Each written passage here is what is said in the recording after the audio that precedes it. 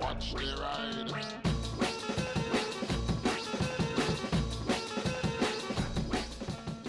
Hey everybody, hope you're all doing alright out there. As you may know, in the past I've made many videos to help people get onto two wheels if they've never ridden a bike before, if they're looking to upgrade, learning mechanics, learning the licenses, everything you can think of. I've made videos that help you to do that, which is in a playlist called Tips for New Riders. And I've also done stuff on licenses and misunderstandings with codes on licenses. Well, after 14 years of answering questions from people, I've been asked twice in a month, or told something that is incredibly wrong, and I wish to just make a video to correct it for anyone else that suggests this, because I don't know where this has come from and why it suddenly started.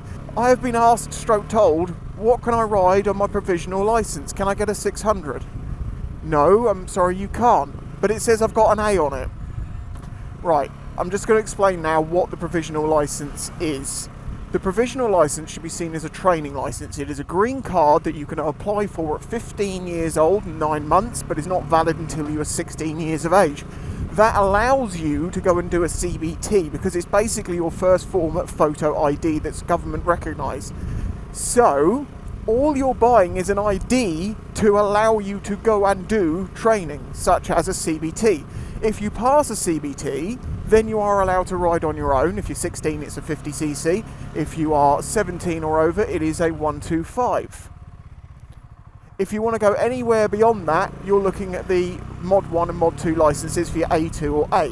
There is an A1 for 125s, but as I say, I was saying going larger.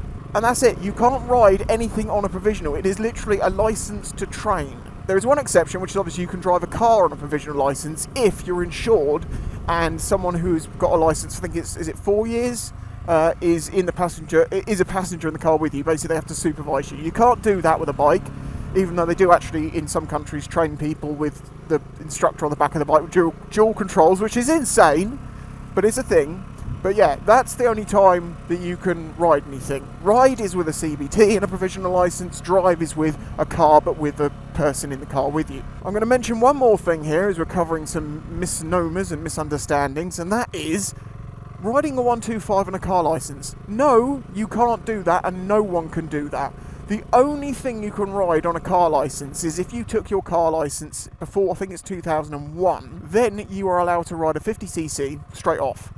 If it's after that date, you have to take a CBT, and the same rules apply with any CBT. If you're 16, well, you're not going to have a car license at 16, so at 17, you'll be allowed to ride a 125.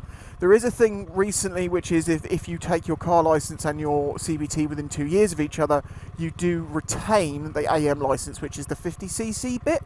Since they changed the licenses so you don't get that 50cc allowance with your car licenses by default anymore, it's a really easy way to understand the rules. Simply this: if you haven't taken a license for it, you're not allowed to drive it. And just because you have a car license doesn't mean you should be allowed to ride a bike. It's a different type of vehicle with different physics and different risks, different skills. In the same way that you can't fly a plane because you have a car license. And the same reason that you can't, drive an HGV on a car license either. Oh, that's one more thing. Someone said it was a bit confusing that some of the things on the back of the provisional have dates and some of them have crossed out lines. No, it's simple.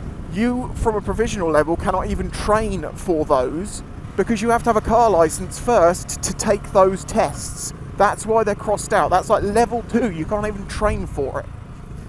Well, there you go. Hopefully you found that interesting or useful. Subscribe if you're new here. Support me through Patreon or YouTube memberships, and I'll catch you in the next one. Bye-bye.